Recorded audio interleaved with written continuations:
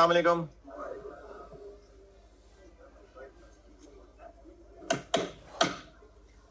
दुरूद शरीफ पढ़ लें।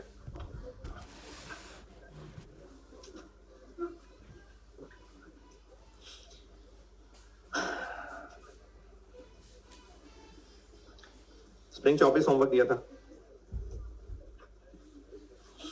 करना भी था।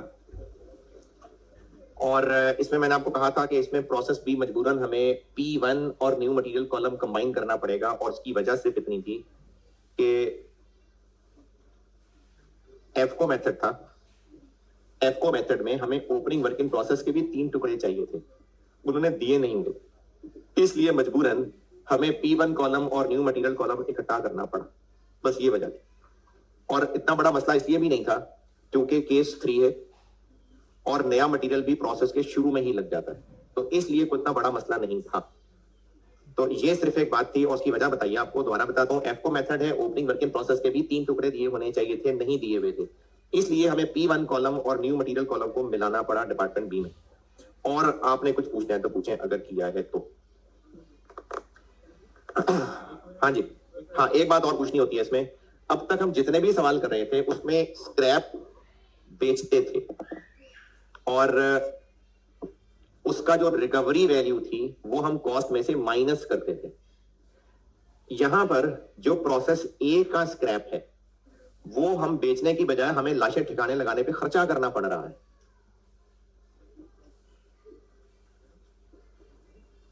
नहीं, units rejected in process A R disposed of at a cost of 500 रुपए। Disposed of at a cost, लाशें ठिकाने लगानी है, तो वो जो हम लोग माइनस करते थे वो ऐड हो जाएगा बस। तो ये इसमें एक डिफरेंट चीज थी। बाकी आपने कुछ पूछना है तो पूछे, अगर किया है। अब खत्म हो रहा है प्रोसेस, तो अच्छे टर्म्स पे खत्म कर ले। हाँ जी, कंबाइंड दोबारा बता देता हूं। P1 का कॉलम और न्यू मटेरियल का कॉलम, ईपी।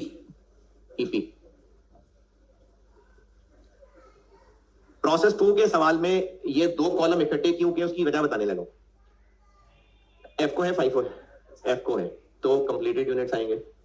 प्रोसेस बी में बताएं output 40,000 40,000 40,000। Closing work in process 7,000 7,000। क्यों 7,000? क्योंकि नया मटेरियल खर्चा स्टार्ट में लग जाता है। और अभी भी जिन बच्चों को ये फर्क नहीं समझ आ रहा कि केस 2 है कि केस 3 है, तो केस 3 का सवाल तब होता है अगर प्रोसेस 2 में फर्दर मटेरियल कॉस्ट तो लग रही हो, यूनिट्स ना आ रहे हो। तो इसमें आप टेबल का दूसरा हिस्सा देखेंगे ना, तो जो प्रोसेस 1 का आउटपुट है 45,000, उसी को ही अगले डिपार्टमेंट 2 के कॉलम में रिसीव फ्रॉम ए बताया है 45,000 बस, उसके अलावा कोई नए मटेरियल के यूनिट्स नहीं है, इसलिए केस 3 है। और केस 3 है यानी नए मटेरियल के यूनिट्स नहीं है, तो फिर हम यूनिट्स में नए मटेरियल का कॉलम क्यों बना रहे हैं? ये कॉस्ट के लिए कॉलम है, यूनिट्स ये हैं, तो ये शुरू में लग जाता है, इसलिए क्लोजिंग में ये लग गया होगा। कन्वर्जन 3500। एल है, एजी है, क्या है? एल है 850 850 680। चूंकि इन दोनों का रिजल्ट सेम निकल रहा है, और अगर आप पर यूनिट कॉस्ट निकालने लगेंगे तो उसके लिए एफको की वजह से हमें ओपनिंग के भी ये 3 टुकड़े चाहिए होते, लेकिन आपको इन दोनों की एक ही फिगर दी हुई है 30,000। ये अलग अलग होने चाहिए थे, तभी तो 3 पर यूनिट कॉस्ट निकालेंगे। ये अलग नहीं दिए हुए, और इसके डिनोमिनेटर में भी सेम ही है, तो इसलिए फिर हमने इसको एक कर लिया। एफ को ना होता ना, FIFO होता तो फिर कोई मसला नहीं, क्योंकि FIFO में तो ओपनिंग की लाइन ही यहां ना आती, और उसमें तो एस BD इस पूरे 30 में ही आ जाना था। तो एफको की वजह से हमें इन 2 कॉलम्स का चूंकि ब्रेकअप नहीं पता, इसलिए एक कॉलम कर लिया। इसके अलावा इस सवाल में, अच्छा, अब एक एग्जाम सिचुएशन बताता हूं, क्योंकि इतने सारे सवाल हमने कर लिए। कितने नंबर का सवाल है? 15 नंबर का सवाल। आपको ना पेपर कंप्यूटर ने नहीं मार्क करके नंबर लगाने कि वो आंसर की सॉफ्टवेयर मैच कर रहा होगा, और ये MCQs वाला पेपर नहीं है। नहीं, एमसीक्यूज नहीं, कंप्यूटर बेस वाला पेपर नहीं, तो इसमें मार्किंग कंप्यूटर ने नहीं करनी, इंसान के बच्चे ने करनी है। और उसने आखिरी आंसर टैली करके 15 नंबर या 0 नंबर नहीं देने, जितनी जितनी कैलकुलेशंस की होंगी उनके नंबर होंगे, स्टेप्स के नंबर होते हैं। और एक बड़ी मशहूर कॉमन फिक्र है स्टूडेंट को कि हमने अगर शुरू में इनपुट ही गलत लिख लिया, गलती से वैल्यू ही नहीं सही देख सके, तो बैलेंसिंग करने से एएलएजी भी गलत, ईपी भी गलत, कॉस्ट पर यूनिट ही गलत, हमारा तो दुनिया में आने का मकसद ही बर्बाद हो गया। तो जब सब कुछ ही गलत, तो फिर कोई नंबर नहीं मिलेगा। ऐसा नहीं है, आपका सिर्फ और सिर्फ क्वांटिटी स्केड्यूल में एएल निकालने का नंबर कटेगा बस। एएल गलत निकला होगा ना, बस। अब आपने वो जो वैल्यूज वहां लिख ली, उनसे आगे जो भी किया है उसके पूरे नंबर मिलेंगे, अगर वो आपकी फिगर्स के मुताबिक सही है तो। देखिए, एबनॉर्मल लॉस बैलेंसिंग करने से गलत आ गया, या आउटपुट गलत निकल आया, तो आउटपुट गलत निकला तो आपका ईपी का टोटल भी गलत, कॉस्ट पर यूनिट भी गलत, स्टेटमेंट ऑफ वैल्यूएशन भी गलत, लेकिन सिर्फ नंबर कटे होंगे क्वांटिटी स्केड्यूल के बस। अब जो फिगर आपने निकाल दी है उसको लेके आप आगे जहां जहां गए हैं और वो सब ठीक किया है, उसके मिलेंगे नंबर। तो इसलिए अगर सवाल में कोई पॉइंट, जैसे आपने सवाल पढ़ा और आपको लगा ये स्क्रैप वैल्यू तो समझ ही नहीं आ रहा, वहीं छोड़ दिया सवाल, निकल गए एग्जाम हॉल से, जो पॉइंट समझ नहीं आ रहा उसको छोड़ के बाकी सवाल सॉल्व करें, या जो जैसा समझ आ रहा है जैसा भी उसको चलाएं आगे, छोड़ना नहीं है सवाल। अच्छा, टाइम भी लगाना है, ऐसा भी नहीं कि अज्यूम कर करके आगे चले, वो आधे घंटे में पेपर खत्म हो गया अज्यूम कर करके, तो अब 2.5 घंटे क्या करें। तो ये भी नहीं कि नहीं समझ आया फौरन अज्यूम करके आगे चले, फिर तो आधे घंटे में पेपर खत्म हो जाएगा। अगर 15 नंबर का सवाल है तो उस पर को आधा घंटा तो लगाना बनता है, एक पॉइंट पे नहीं, पूरे सवाल पे। अब वो आपने सोचना है कि जिस पॉइंट पे अड़े हुए हैं क्या वर्थ है कि मैं 10 मिनट और लगा लूं। अगर सवाल वाकई बहुत अच्छा आता है आपको, सिर्फ एक पॉइंट अगर क्लिक कर गया तो पूरा सवाल आप परफेक्टली ठीक कर लेंगे, फिर लगा दे जरूर 15 मिनट उस पर, ताकि कॉन्फिडेंस तो मिले कि बाकी सवाल मैंने ठीक कर लिए। लेकिन अगर पूरा सवाल मैं समझा हुआ है तो फिर बहुत टाइम ना लगाएं उस सवाल पे। लेकिन जो जितना समझ आ रहा है उसको लेके सॉल्व करें, स्टेप्स के मिलते हैं नंबर, और जो गलती हो जाती है फिर उसको बार बार पेनलाइज नहीं किया जाता, उस गलत फिगर को लेके आगे जो ठीक किया होगा उसके बिल्कुल नंबर मिलेंगे। और एक और बात बताता हूं, ये स्टूडेंट्स को ऑफिशियल बात बता रहा हूं, आईकैप की ऑफिशियल बात बता रहा हूं, ये सब स्टूडेंट्स को नहीं पता होती। एक क्वेश्चन के हैं 18 नंबर, तो उसके मिसाल दे रहा हूं मैं, जो बात करने लगा हूं, उसका जो मार्किंग प्लान बनाया होगा ना एग्जामिनर ने कि फलानी वर्किंग इतने नंबर, फलानी वर्किंग इतने नंबर, फलानी वर्किंग इतने नंबर, वो हो सकता है 21 नंबर का प्लान बनाया हो। ये नहीं समझ आई बात। 18 नंबर का सवाल है तो जो उसने मार्किंग प्लान बनाया होगा वो हो सकता है 21 नंबर का प्लान बनाया हो कि फलानी कैलकुलेशन कर ली इतने नंबर दे देना, फलानी कैलकुलेशन कर ली इतने नंबर दे देना। हाँ, 18 नंबर का सवाल अगर किसी ने पूरा ठीक किया उसको 21 नहीं मिल जाएंगे, उसको तो 18 ही मिलेंगे। लेकिन ये इसलिए किया जा रहा है कि भाई कुछ तो करो ना बच्चों, किसी के हो सकता है उस 21 में से 6 नंबर आ जाए, किसी का 9 आ जाए, किसी का 10 आ जाए, तो ये इसलिए बनाया गया मार्किंग प्लान।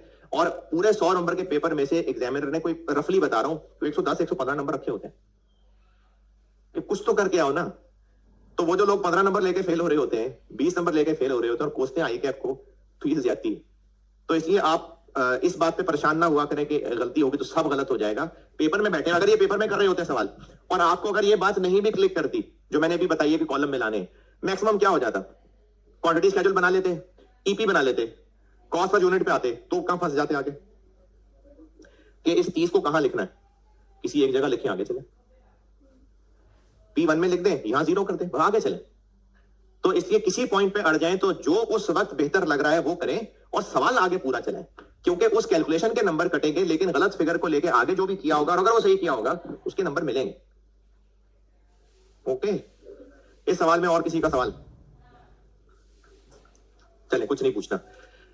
जॉइंट प्रोडक्ट का ना एक सवाल मैं बोर्ड पे करता हूं, और लेकिन कल से होमवर्क इसलिए नहीं क्योंकि कल का बीच में गैप है, फिर आपने वो शाम वाली क्लासें भी लेनी है, तो ये मैंने सवाल होमवर्क देना था, लेकिन अभी क्लास वर्क दे रहा हूं और 10 मिनट का टारगेट रख के करिए। सवाल करना है, लिख के करना है, लिख के करिएगा सारे। ऑटम 22 पे आए और 2-4 लोगों ने मिलके माइंड एफर्ट नहीं करनी, हर एक अपना अपना करे। ऑटम 22 अटेम्प्ट पे आइए। मेरी बुक में क्वेश्चन 4 मार्स लिमिटेड। कल से थोड़ा सा डिफरेंट बस ये है कि इसमें ओपनिंग क्लोजिंग वर्किंग प्रोसेस भी आ रहा है, बस बाकी कल जैसा ही है। कल जो वो सिग्मा बीटा का किया था ना उसकी बात करो। मार्स लिमिटेड ऑटम 22 पहुंचे? इसका पार्ट ए और पार्ट बी आप कर दीजिए। पार्ट सी नहीं सिखाया, उसके लिए जगह रखिएगा। पार्ट ए और बी कर दें, आप अभी सॉल्व कर दें। 10 मिनट का टारगेट रख के करिएगा, 15 भी होगा तो खैर है, लेकिन आपने लिख के करना है। ऑटम 22 अटेम्प्ट का सवाल है, पार्ट ए और बी कह रहा हूं सिर्फ।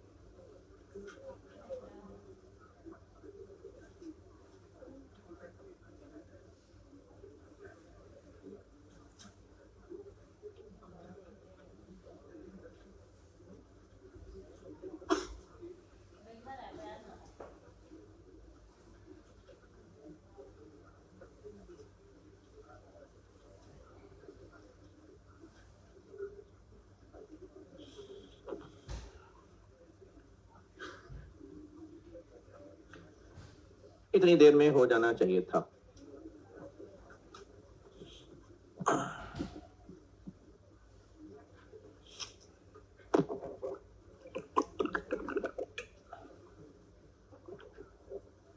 पंद्रह मिनट हो गए।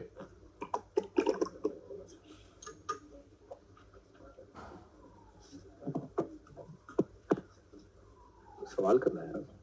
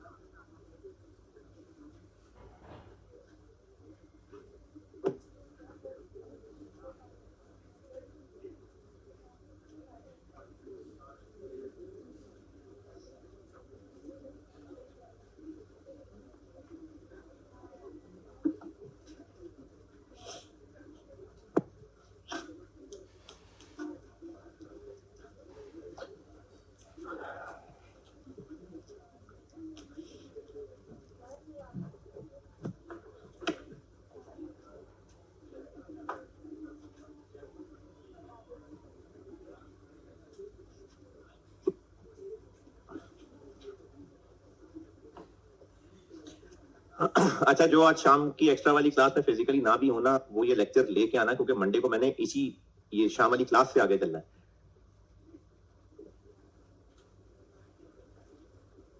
बहुत देर लगा दी यार, बहुत देर लगा दी।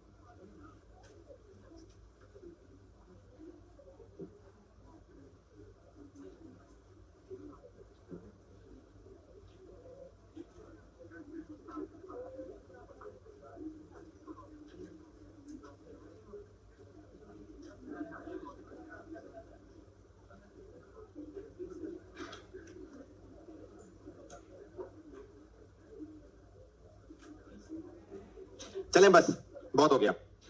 प्रोसेस 1 क्वांटिटी स्केजन में कोई एतराज? अगर वाकई किया है, 20 मिनट से ऊपर हो गया। प्रोसेस 1 में quantity schedule, EP, cost per unit में कोई एतराज?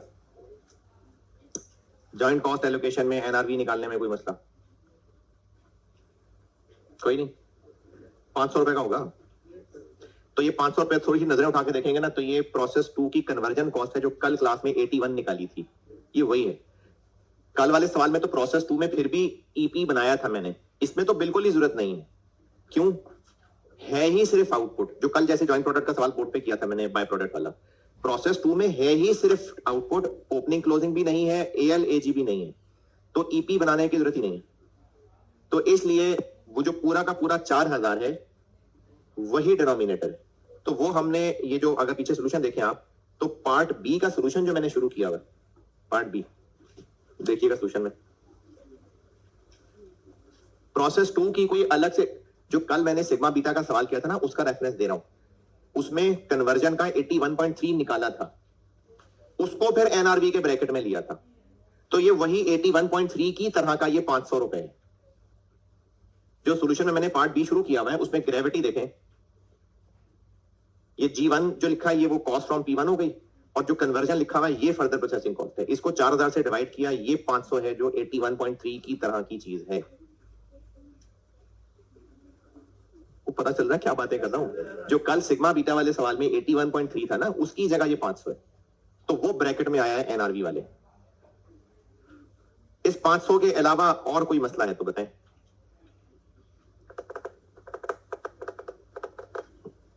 जी चले, फिर एक और सवाल पढ़े, मैं करता हूं बोर्ड पे। ऑटम 23 पढ़ और अपने आप को असेस भी कर लें। ये खत्म हो रहा है प्रोसेस कॉस्टिंग, और आपने जो खुद अभी सवाल किया है, तो क्या परफॉर्मेंस है, अपने आप को जरूर बताएं।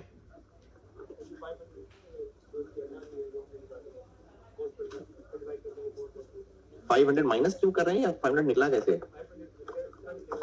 ये तो नबी कहानी सुना रहा था। प्रोसेस 2 का अगर हम पूरा सवाल सॉल्व करें तो उसमें कॉस्ट पर यूनिट, P1 वाला कॉलम, कन्वर्जन वाला कॉलम, ये जैसे कल बीटा को यहां प्रोसेस 2 में लाया था, ये वो फिगर थी, और कन्वर्जन सवाल में दी हुई है 2 मिलियन। अगर इनके इक्विवेलेंट यूनिट से डिवाइड करें, जो कि है ही 4000, तो वो जो कल सवाल मैंने करते हुए 81.3 निकाला था, वो यहां पर 500 आएगा, ये वो वाला 500 है। जिन्होंने वाकई किया है सवाल वो बेटा पूछें और इस सवाल में जो पूछ रहे हैं। चले ऑटम 23 पढ़ ले, मैं करता हूं। अच्छा, इस सवाल को सॉल्व किया है ना, तो पार्ट सी के लिए जगह छोड़े, मंडे को ये जगह भरवाऊंगा। पार्ट सी के लिए पेज छोड़ने।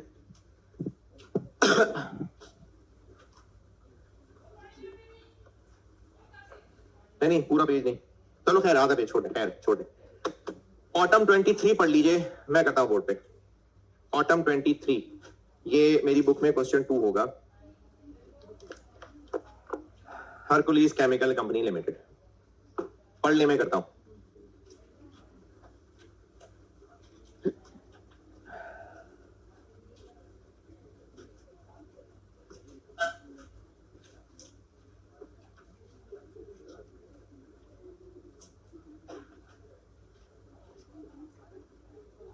सवाल पढ़ लें ऑटम 23, मैं करता हूं बोर्ड पे।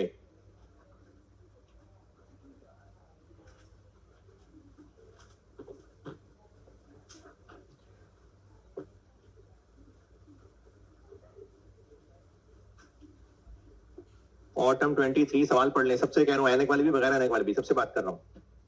ऑटम 23 पढ़ लें।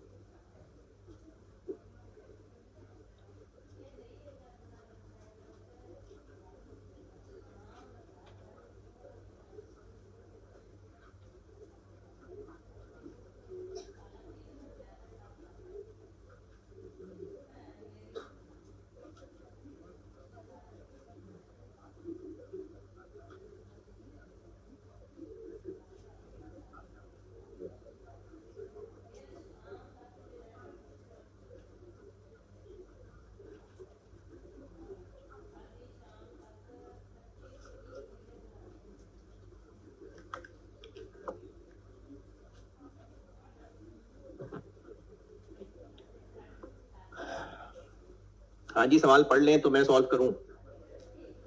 सवाल की रिक्वायरमेंट क्या है?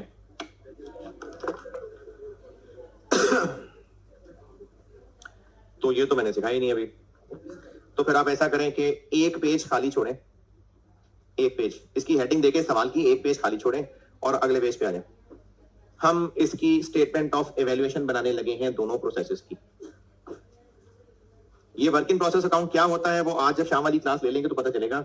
ये जितनी खाली जगह छुड़वा रहा हूं ना, ये फिर मैंने मंडे की क्लास में भरनी है। तो एक पेज इसका सवाल सोल्यूशन की हेडिंग देके पहला पेज खाली छोड़ें और अगले पेज से आ जाएं और हम इस सवाल में दोनों प्रोसेसेस की स्टेटमेंट ऑफ एवेल्युएशन बनाने लगे। प्रोसेस ए बी सी क्या है? 1 2 है, क्या है? 1 ये मैं ऑटम 23 सॉल्व कर रहा हूं। पहला पेज छोड़ दिया, ये वर्क इन प्रोसेस अकाउंट के लिए। अगले पेज पे आ गया, दोनों प्रोसेसेस की स्टेटमेंट ऑफ एवेल्युएशन मैं रिक्वायर कर रहा हूं। चले जी, process 1 quantity schedule.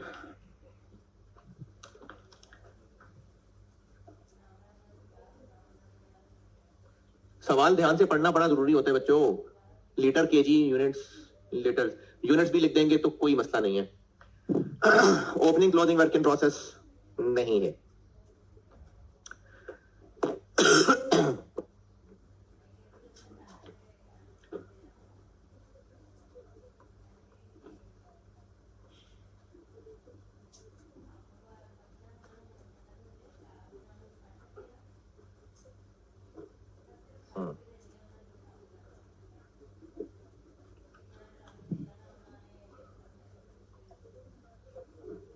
Input, process 1 का इनपुट। हाँ जी, 20,000। ये जो केमिकल टी है ये प्रोसेस 1 का इनपुट है, 20,000। क्लोजिंग वर्क इन प्रोसेस कोई नहीं है। नॉर्मल लॉस नहीं है, 10% है, तो इसी का ही 10% होगा।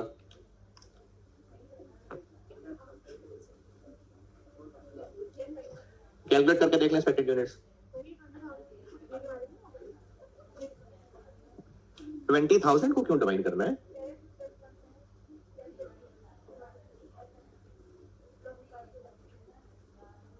ये जो LMN है ये आउटपुट है कि इनपुट है? आउटपुट है ना। इनपुट केमिकल टी है। Chemical T is used in process 1 which produces chemicals. अब वो जो प्रोडक्शन हो रही है L, M और N वो आउटपुट है, वो ज्वाइंट और बाय प्रोडक्ट है।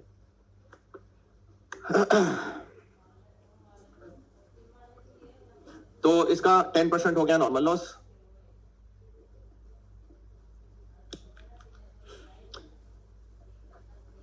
ये जो रेशो दी हुई है ये हम जरूर लगा लेते हैं, जैसे जो कल मैंने खुद सवाल बना के कराया था। अगर टेबल में डिटेल ना दी होती, अब जब डिटेल दे ही दी है तो दे दिया डिटेल उसने, तो हमें वहां बाय प्रोडक्ट नजर आ रहा है कितना? 1450। और एक लाइन छोड़ के आउटपुट।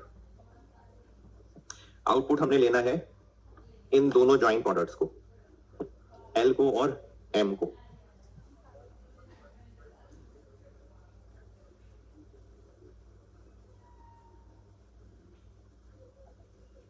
जी M 15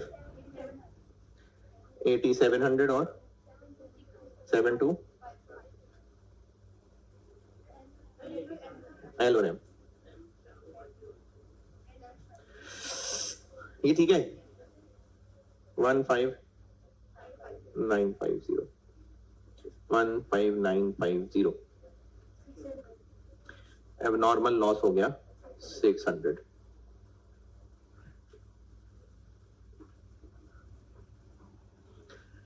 अच्छा, जरूरत नहीं थी सवाल में, ऐसे ही बस दिल की तसल्ली के लिए कैलकुलेट करके दिखा रहा हूं। 20,000 इनपुट था, नॉर्मल लॉस 2,000 था, अब नॉर्मल लॉस 600 था।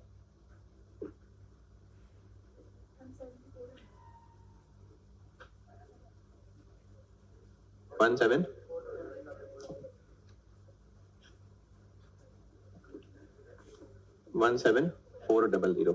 इसको 651 की रेशो में बांटिए।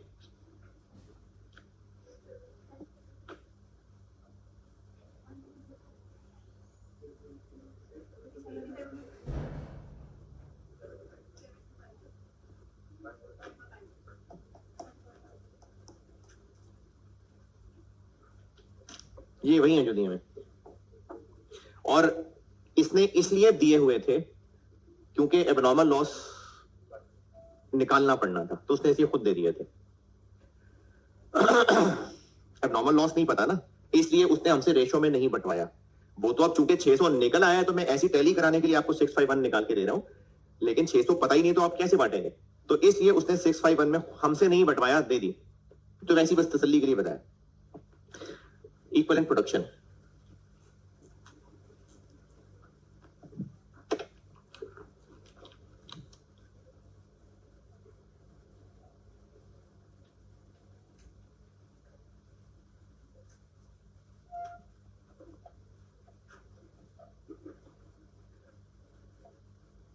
फाइव एफ को ओपनिंग ही नहीं है।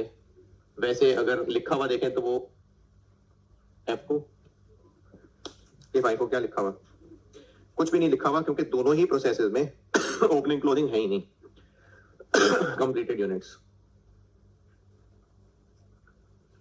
15950, ये दोनों में पूरे पूरे हैं। और एबनॉर्मल लॉस इंस्पेक्शन स्टेज कितनी है? 100% है, तो 600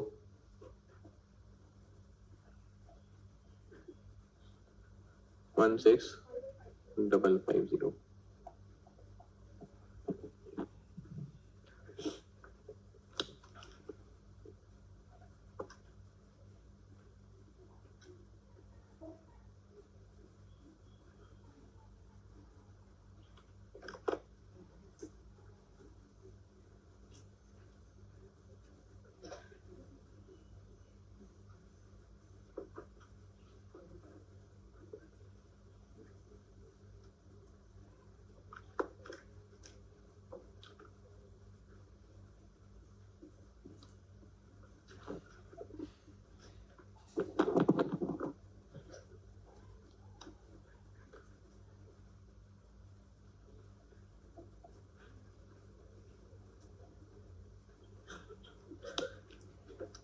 करंट पीरियड कॉस्ट।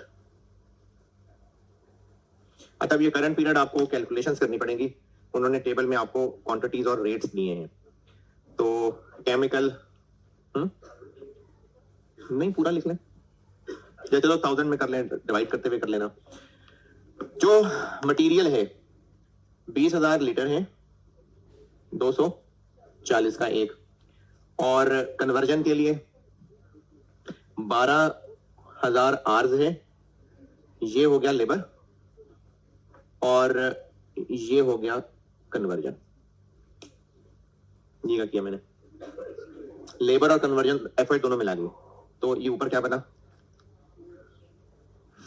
48, यानी ये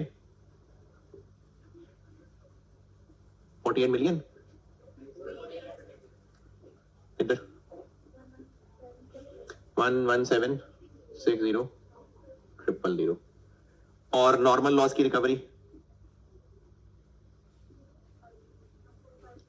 नॉर्मल लॉस की रिकवरी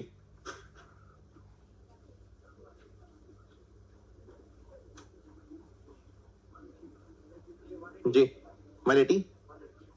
अरे जब इसको 280 कर दिया तो लेबर एफओएच दोनों हो गए ना। अब तो इतने बूढ़े हो गए यार, कॉस्ट पढ़ते पढ़ते। 2 लेबर ठीक है, प्लस 12,000 लेबर का 180%। चल अब ठीक है। नॉर्मल लॉस की रिकवरी, हाँ जी, नहीं है ना, चिड़िया लेंगी तो वो कहां से मिलेगा, तो वेपोरेट हो गया। बाय प्रोडक्ट, बाय प्रोडक्ट यानी एन, ये बिकता है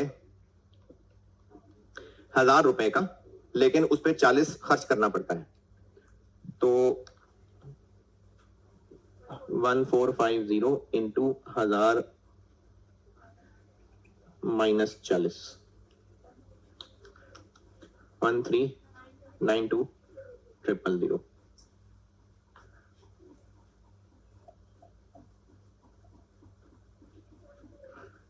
3408 000 और इसका डिनोमिनेटर है 16550, इसका भी वही है, तो कॉस्ट पर लीटर बन गई 205.92 और पॉइंट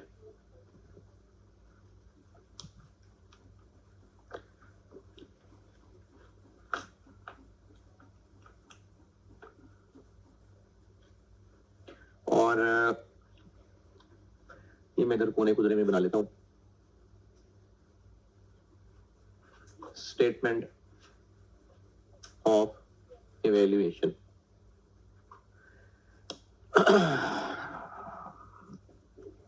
नहीं, वहां बना देता हूं यार, क्या मुश्किल बनता है। Statement of evaluation,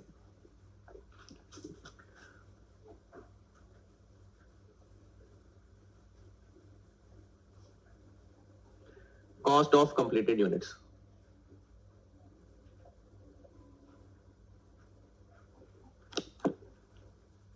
$15,950 into 205.92 plus 710.57 और वो तो पर यूनिट निकालनी होती है, इसलिए पूरी अमाउंट लिखनी चाहिए, इसको बेशक हम ₹1000 कर देते हैं।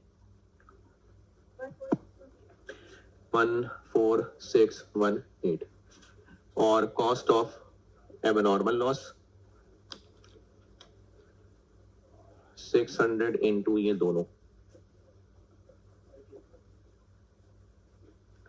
हाँ जी 550 और जॉइंट प्रोडक्ट भी थे, चलो कोई नहीं, जॉइंट कॉस्ट को बांट लेते हैं।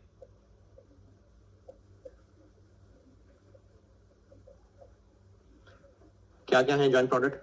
एल है और एम है, और हमने इस 14618 को बांटना है इनकी एनआरवी की रेशो में, तो एनआरवी निकाल लेते हैं। इसी के नीचे ही चलता जा रहा हूं, टोटल एनआरवी एल और एम। एल के कितने यूनिट्स? 87। कितने का बेच देंगे? 5000 का, लेकिन माइनस 500 मतलब 500 अलग है, 500 और 5000 का 4%। ये 5000 का 4% है, कैसे पता? कमीशन है, कमीशन 500 पर लीटर सेलिंग कॉस्ट है प्लस 4% कमीशन है, तो सेल करते हुए कमीशन तो सेल प्राइस पे ही होगी ना, तो 5000 पे 4% और 500, और आंसर बन गया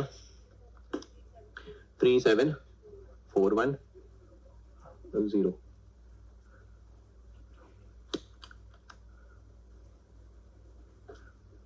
और एम। चल यहां तक पहुंचे, फिर एम पे करते हैं बात। यहां तक पहुंचे नोट करते हुए, ये एम वाली बात एक और ही एंगल है।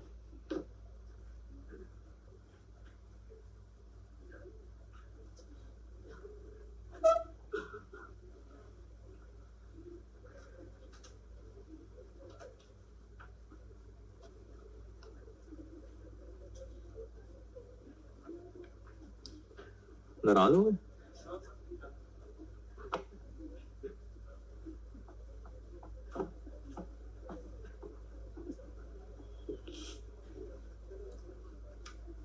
जल्दी पहुंचे, प्रोसेस 2 भी समेटना है, और वो एम वाली एक बड़ी डिफरेंट मजे की कहानी। यहां तक लिखना पहुंचे, फिर बताता हूं एम।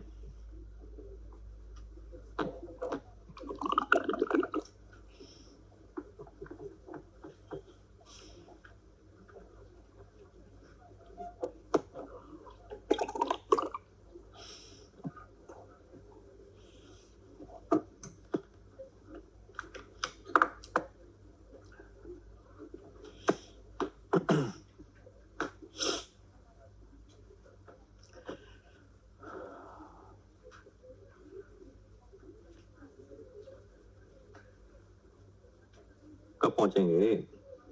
पहुंच गए भी। एक दो सवाल कल किए थे, 2 सवाल उससे पहले मैंने जॉइंट प्रोडक्ट के खुद बना के भी एलोकेशन कराई थी। अगर जितने प्रोसेस 1 से आउट हो रहे हैं, प्रोसेस 2 से भी इतने ही खैर खैरियत से आउट हो जाएंगे, तो फिर हम यहां पर इतने ही यूनिट्स इनटू सेल प्राइस ले लेते हैं। लेकिन अगर यहां पर होते हैं लॉस, तो फिर हम वहां सेल प्राइस से मल्टीप्लाई करते हुए 3600 लिखेंगे। ये जो परसों सवाल खुद बना के कराया था वो भी, और जो कल बीटा के हमने 0.95 किया था। इस सवाल में हो ये रहा है कि ये यहां से जाएंगे 4000, ये हो जाएंगे 4800, क्योंकि 800 नए आ जाएंगे। 4800 नहीं है एमी, एक बात बस ये बता रहा हूं कि एक नया मटेरियल ऐड हो जाना है, प्रोडक्ट की क्वांटिटी बढ़ जानी है। अब यहां पर मैं मल्टीप्लाई में क्या लिखूंगा? 48 लिखूंगा, क्योंकि बिकना तो 4800 है ना। हाँ, माइनस फर्दर प्रोसेसिंग कॉस्ट, उसमें इसकी भी कॉस्ट माइनस हो रही होगी।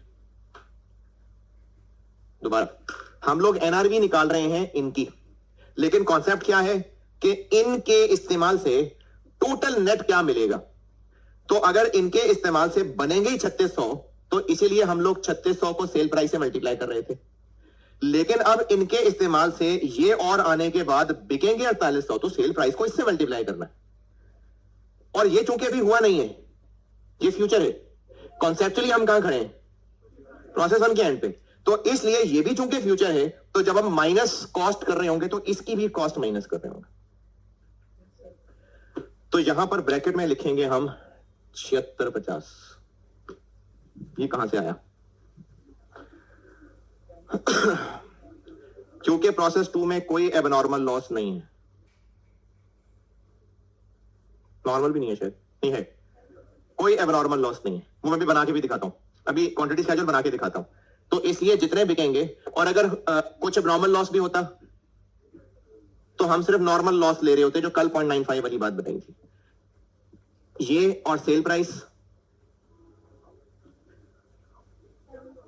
7000 माइनस 600 माइनस 7000 का 5% माइनस वो सारे खर्चे जो मजीद होंगे, वो प्रोसेस 2 के सवाल सॉल्व करूंगा तो उससे मिल जाएंगे। ये इसकी टोटल एनआरवी बनेगी। ये मैं प्रोसेस 2 पूरा करता हूं तो ये ब्रैकेट पूरा होगा। तो हमारी ये वर्किंग यहां रुक गई, क्योंकि ये फिगर अभी नहीं पता, बिल्कुल सिग्मा बीटा की तरह ये यहीं स्टॉप हो गई। अब प्रोसेस 2 पे आते हैं।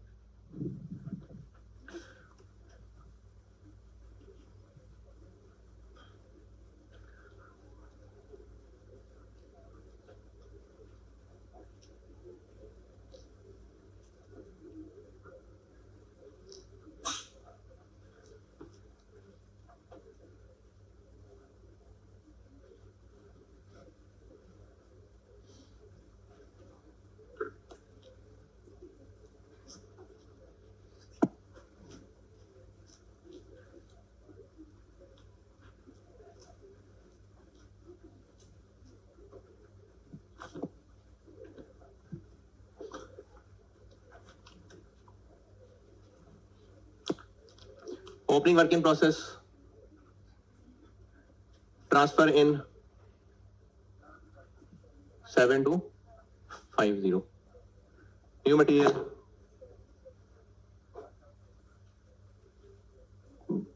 1750।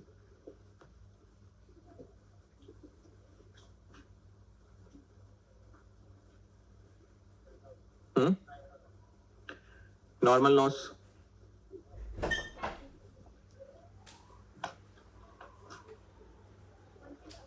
1350, आउटपुट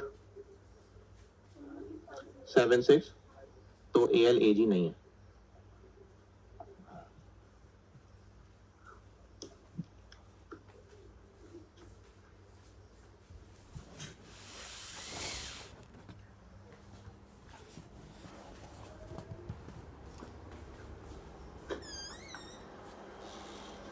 ओपनिंग क्लोजिंग भी नहीं है, ALAG भी नहीं है, तो इक्विवेलेंट प्रोडक्शन जरूरत ही नहीं है।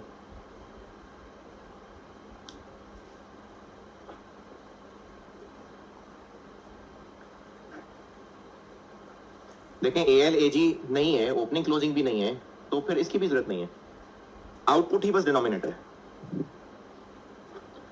और जब हर खर्चे का आउटपुट डिनोमिनेटर है तो अगर बनाना चाहें तो मर्जी है बना लें, वरना पर यूनिट कॉस्ट भी अलग अलग निकालने की जरूरत ही नहीं है। दोबारा हम लोग स्टेटमेंट ऑफ एवेल्यूएशन तक पहुंचना चाह रहे हैं। Statement of evaluation, equivalent production बनेगी, कॉस्ट पर यूनिट निकलेगी। कॉस्ट पर यूनिट के भी 2-3 कॉलम अलग अलग क्यों बना रहे होते हैं?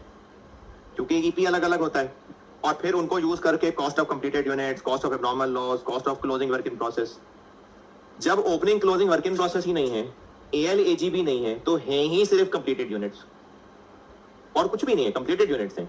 जब सिर्फ कंप्लीटेड यूनिट्स हैं तो इक्विवेलेंट प्रोडक्शन की भी तकल्लुफ की जरूरत नहीं है, और जब है ही सिर्फ कंप्लीटेड यूनिट्स तो कॉस्ट पर यूनिट निकालने पे भी टाइम जाया नहीं करना। जो करंट पीरियड कॉस्ट होगी वो सारी की सारी कॉस्ट ऑफ कंप्लीटेड यूनिट्स ही होगी। नहीं बनी बात?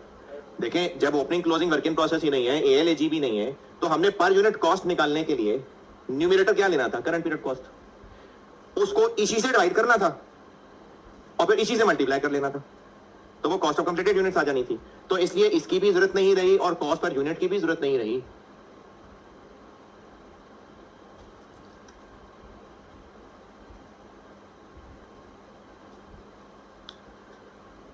जो करंट पीरियड टोटल कॉस्ट है वही कॉस्ट ऑफ कंप्लीटेड यूनिट्स है।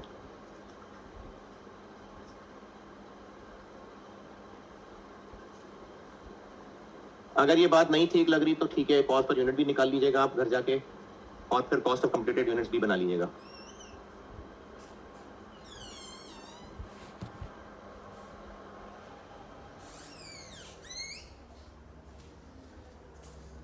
हम लोग कॉस्ट पर यूनिट निकालते current period cost, P1 cost, new material cost, conversion cost, उनको इस 7650 से ही डिवाइड करते तीनों को, और फिर कॉस्ट ऑफ कंप्लीटेड यूनिट्स निकालने के लिए तीनों को 7650 से मल्टीप्लाई कर देते, तो फिर वही आ जाता, तो करंट पीरियड कॉस्ट बनेगी टोटल, है ना? तो कॉस्ट ऑफ कंप्लीटेड यूनिट्स वही सब करंट पीरियड कॉस्ट ही होगी। क्या क्या? एक तो कॉस्ट ऑफ यूनिट्स ट्रांसफर्ड इन, वो किधर है?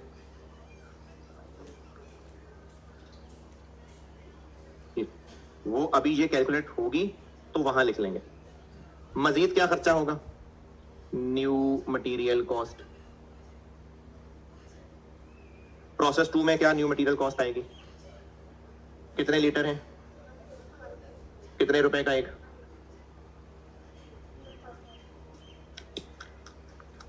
$315। लेबर कितनी आएगी? 2000 घंटे इंटू 300। FOH कितनी आएगी? 600 का 180%, 1080। P1 न्यू मटेरियल कन्वर्जन और नॉर्मल लॉस की स्क्रैप वैल्यू माइनस, लेकिन वो स्क्रैप वैल्यू नहीं है, लाशें ठिकाने लगाने का खर्चा है।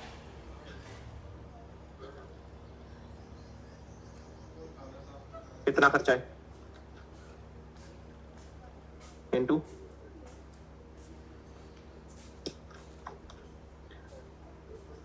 6। ये सब ऐड करेंगे तो ये कॉस्ट ऑफ कंप्लीटेड यूनिट्स है। ये फिगर नहीं पता, ये फिगर यहां से मिलेगी, ये तब होगा जब NRV निकलेगी। और यहां से क्या माइनस करना है? जो प्रोसेस 2 में फर्दर कॉस्ट आएगी, यानी कि ये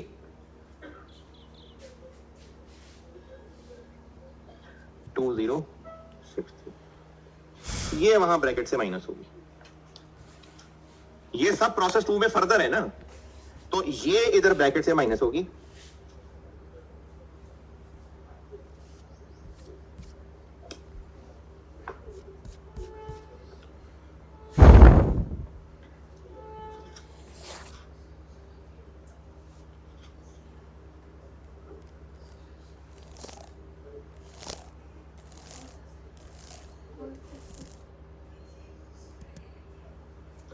4 6 2 6 6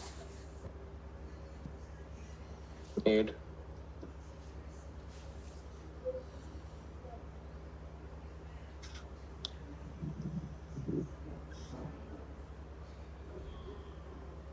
नहीं भाई ये तो नहीं है, वो आंसर ये नहीं है।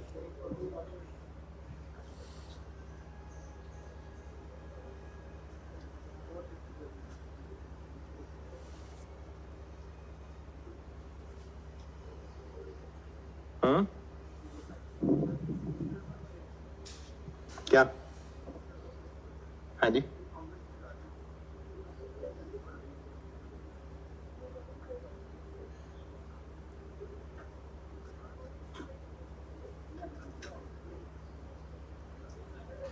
हाँ जी।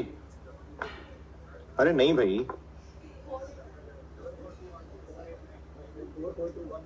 444 आ रहा है भाई।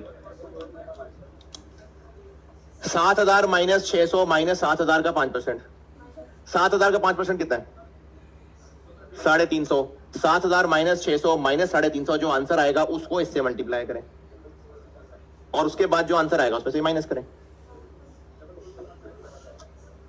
44 219 220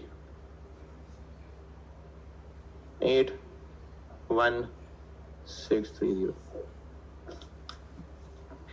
3 7 4 1 0 8 1 6 3 0 44 2 2 0 1 6 3 0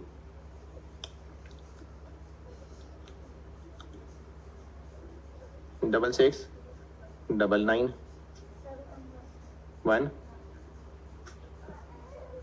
ये यहाँ है।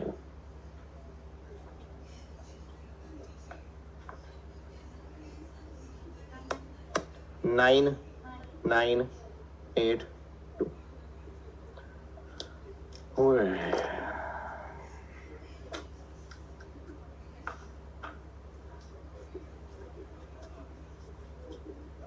हाँ जी, आसान सा सवाल था यार।